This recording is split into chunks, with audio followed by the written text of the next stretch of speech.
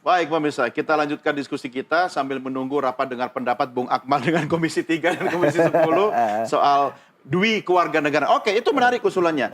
Nah, sekarang di depan mata tanggal 15 November adalah laga timnas kita lawan Jepang. Betul. Apa yang bisa Anda sampaikan? Ya, kalau kita bicara rekor pertemuan dulu lah. 15 kali bertemu, tapi kita ini pernah mengalahkan Jepang 5 kali. Ya. Gitu kan, 9 kali kita kalah dari Jepang dan sisanya imbang.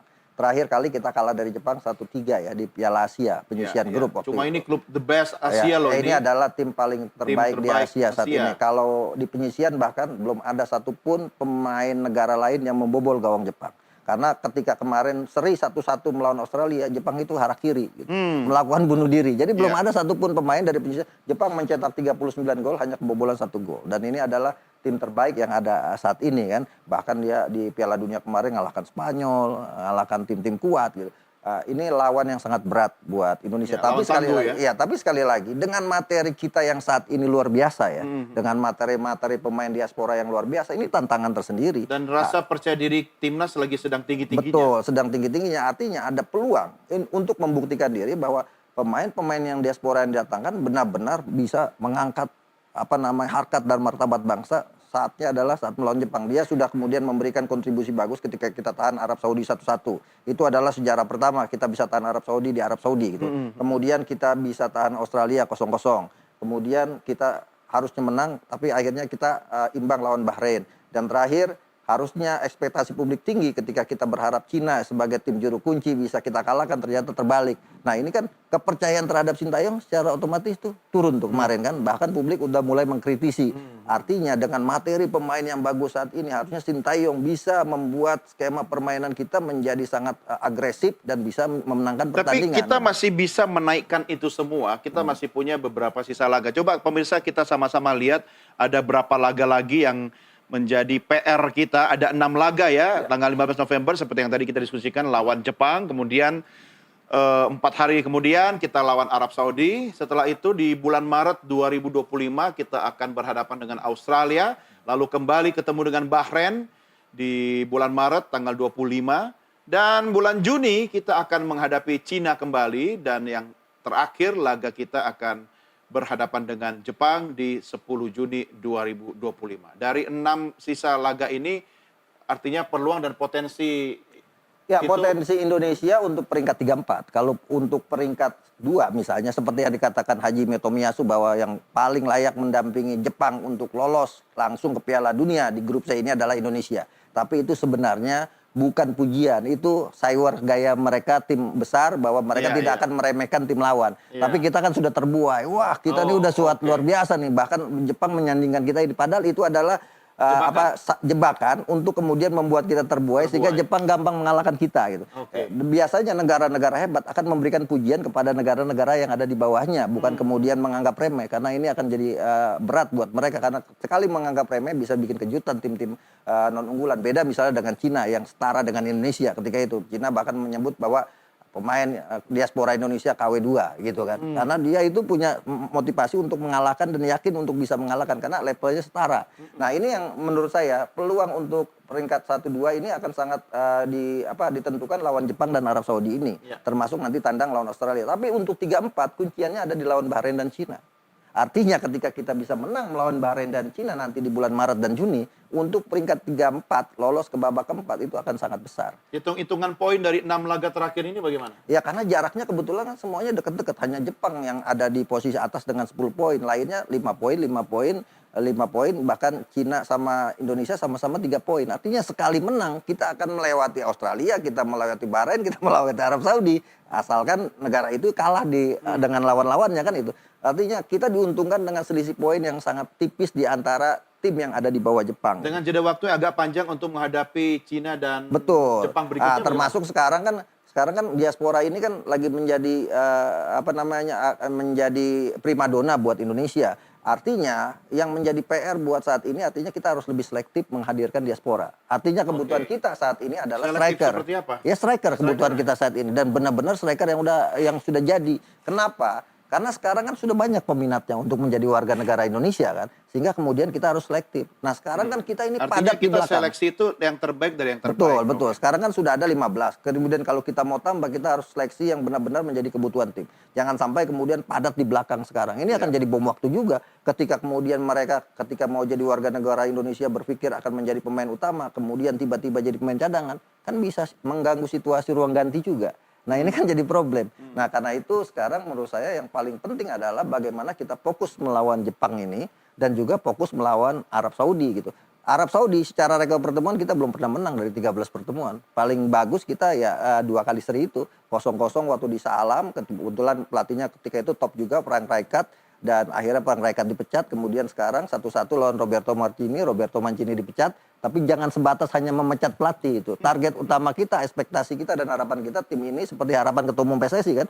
Ketua Umum PSSI Pak Erick Thohir kan setelah Sintayong datang ke Jakarta kemudian diberikan ultimatum. Target 3-4 tidak boleh lolos, tidak boleh gagal. Artinya kalau misalnya gagal bisa jadi kontraknya dievaluasi STY kembali. udah Kan? ditargetkan kalau Iya. nggak 3-4 ya bye-bye gitu kan. Iya bisa jadi seperti itu kan. Artinya kan ini akan ada perubahan kalau kemudian hal yang tidak diinginkan itu berubah, akan ada perubahan juga komposisi pemain juga tergantung Iya, pelatih yang baru pasti datang. imbasnya ke pemain, Nah, ya. ini kan akan jadi perubahan juga. Nah, saya pikir ini yang kemudian menjadi PR buat sepak bola Indonesia. Tapi yang paling penting menurut saya balik lagi ke ini. Nggak, soal naturalisasi kenapa lebih banyak ke yang di pemain belakang ya? Tidak misalnya Ya, garda karena- depan juga. Ya karena kan mungkin prioritasnya adalah mereka yang bersedia kan, ya kan. Sekarang yang bersedia di posisi striker kebetulan belum ada gitu, sehingga kemudian ini yang kemudian diambil oleh dan dilakukan karena rata-rata bahkan kalau kita lihat banyak netizen menawarkan si A, si B, si C, si D itu rata-rata pemain belakang semua. Iya, Padahal iya. kebutuhan kita ada di tengah dan di depan Dan di saat depan, ini. iya. Nah, tinggal yang apakah kemudian misalnya ada Ole Romani yang kemudian punya darah keturunan yang diharapkan bisa bergabung. Tapi Ole Romani juga masih pikir-pikir, masih berharap bisa main di tim nasional Belanda gitu. Artinya kita butuh waktu proses dan moga-moga nanti 2025 ketika kita main melawan Bahrain ternyata udah berubah pikiran dia kan mau main di tim nasional Indonesia dan akan Iya. membuat tim nasional kita menjadi lebih kuat. Dan saya pikir lawan Jepang dan lawan Arab Saudi ini ujian sangat krusial. Abis Jepang ketemu Arab Saudi cuma beda 4 hari. Bagaimana pemain kita bisa menjaga stamina dan pas di puncak lagi percaya dirinya sekarang ini bisa tetap stabil? Sebenarnya kepercayaan diri pemain ini agak sedikit goyah setelah kita kalah 2-1 dari Cina ya. Cina. Sehingga ini menjadi beban sebenarnya buat Sintayong bagaimana mengembalikan moral para pemain dan kebetulan lawan yang dihadapi ini raksasa Asia kan. Iya, iya. Ya kan Jepang Jepang Cahaya Asia Jepang. Nah, dulu kita belajar PSBB itu kan. Ya kan? Jepang Cahaya Asia, Jepang Pelindung Asia, Jepang Iya. Pemimpin Asia kan. Iya, Dan kebetulan memimpin di sepak bola Indonesia. Nah, ini yang menjadi PR. Anda ini sebenarnya belajar semua ya. Undang-undang juga hafal, PSBB juga hafal. Luar biasa. Jadi menurut saya ini ujian berat buat Sintayong. Makanya Sintayong ini sangat berharap Kevin Dick ini bisa selesai proses pewarganegaraan sehingga bisa main lawan Jepang. Walaupun target maksimalnya adalah bisa main lawan Arab Saudi. Karena Ya, Kevin Dick ini, udah clear, udah ketok palu. Artinya dia akan diturunkan lawan enggak, Jepang kan nih. dia belum disumpah. Rencananya akan disumpah pada 7 November di Denmark iya, kan. masih ada waktu kan? Iya masih ada waktu. Artinya kan kita berharap proses ini cepat kan setelah kemudian disumpah dia harus pindah federasi dulu. Iya, Nah, iya, apakah kemudian ini bisa cepat juga? Tapi saya sih yakin Pak Erick Thohir ini networknya luar biasa Iya, gitu iya. kan untuk sepak bola. Jadi ada sesuatu yang kita anggap mustahil bisa jadi akan jadi kejutan. Artinya dengan disetujuinya DPR RI Kevin Dix itu, apakah memang targetnya untuk menghadapi Jepang ini yang paling utama? Saya yakin sih seperti itu karena Kevin Dick ini kan pemain yang sangat pengalaman luar biasa. Dia ini pemain yang main di Liga Champions, Iya. kemudian pernah main di Italia juga, Oke. kemudian juga punya kemampuan bermain di berbagai posisi versatile kan. Dia bisa jadi bek tengah, Iya, bisa iya. jadi bek kiri, bisa jadi bek kanan, bahkan pernah jadi gelandang bertahan. Kalau dia jadi masuk lawan Jepang, kira-kira seberapa besar perubahan komposisi pemain kita nanti? Nah ini saya ini menarik nih menurut saya tuh punya prediksi line up yang saya harapkan untuk tampil melawan Jepang. Kiper itu Martin Paes, kemudian di belakang Sintayong kalau melawan tim-tim elit atau tim-tim kuat biasanya main pakai pertahanan Grendel kan 5-4-1 gitu, satu di depan. Jadi Kalau tim kuat. Iya, kalau tim kuat dan ini Jepang, tim Jepang kuat ya. kuat, Itu pasti kipernya Martin Paes saya berharap. Kemudian belakangnya ini adalah Messilger, kemudian Jay Inches dan Kevin Dick.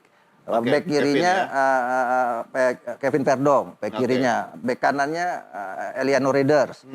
Tengahnya 4 Tom Hay, kemudian si Nathan Choaon, Tom Hay, Nathan Choaon, kemudian satu lagi Ragnar Oratmangun. Terus maksud saya tadi di kiri itu Sandy Walsh, di tengahnya kiri itu si Eliano Raiders 4 kan. Depannya Ragnar Rafael Struijk. Oke. Jadi semua pemain keturunan kita turunkan melawan Jepang gitu. Kalau Kevin belum bisa turun lawan Jepang, dia baru memungkinkan paling cepat lawan Ya, Arab ada Saudi. Jordi Amat. Jordi turun. Iya kan? Jadi semua skuad ini saya khawatir gini, ketika kemudian selama ini kayak kemarin ketika kita kalah 2-1 lawan Cina, gitu kan. Yang dipersalahkan kan Asnawi Mangku Alam, Witan Sulaiman gitu kan. Iya, iya. Iya kan? Ini kan kebiasaan kita, padahal mereka sudah berjuang dan bermain maksimal gitu kan. Artinya kalau seperti itu nanti misalnya ada apa-apa pemain lokal selalu menjadi sumber permasalahan, dianggap kemudian selalu jadi Tapi penyebab jangan jadi kekalahan. kambing hitam juga Iya, dong. jangan, maksud saya itulah kemudian supaya nggak jadi kambing hitam. Saya Iya. punya line up ideal seperti itu. Pemain Oke. diaspora semua turun melawan Jepang dan kita bisa tahan Jepang dan itu akan menjadi prestasi luar biasa. Oke. Ini terakhir nih Bung Akmal, catatan Anda buat Coach STY dengan tidak menambah beban ancaman ya. Kalau gagal out gitu. Itu apa yang bisa Anda sampaikan? dalam STY ini menghadapi adalah laga Jepang? pelatih yang kalau ditekan dia aakan keluar aura kemenangannya. Dan kita harus tekan dia ya biar makin itu, semangat menang. itu saya pengalaman seperti itu. Ketika dulu misalnya ketika Piala AFF U23 kita kalah dari Malaysia 2-1, kemudian kita hanya menang 1-0 melawan Timor Leste, gitu kan. Saya kan kritik habis STY kan. Tapi ternyata itulah aura kemenangan STY muncul. Ternyata di grup sebelah Kamboja melawan Myanmar tidak menang, sehingga kemudian Indonesia lolos sebagai runner up terbaik dan kemudian di semifinal menang lawan Thailand. Iya, Itu iya. pertama, hoki dari Sintayong. Yang kedua, Piala Asia kita cuma menang lawan Vietnam 1-0 kan, lewat penaltinya Asnawi Mangku Alam. Kita kalah dari Iran, kita kalah dari Jepang.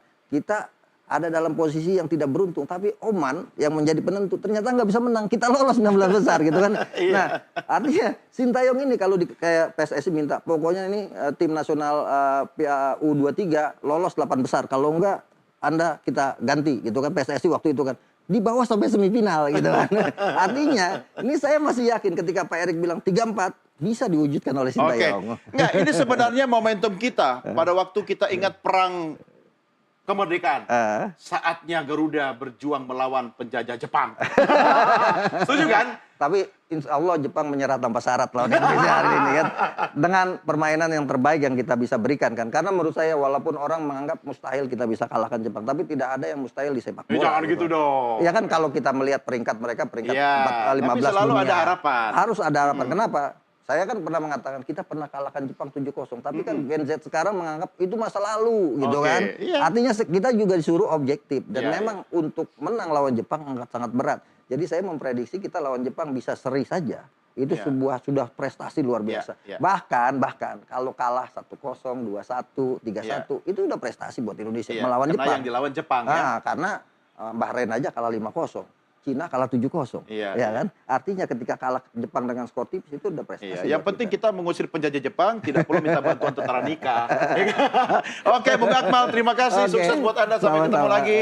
Ya, pemirsa, kami akhiri sampai di sini diskusi kita terkait dengan tadi bicara tentang hasil survei pemain naturalisasi dan juga kita sudah diskusi tentang persiapan timnas kita melawan laga berikutnya melawan Jepang. Jangan kemana-mana, sesaat lagi rekan saya Tasya Lutmila akan kembali untuk menyajikan dialog berikutnya. Kami segera kembali sesaat lagi.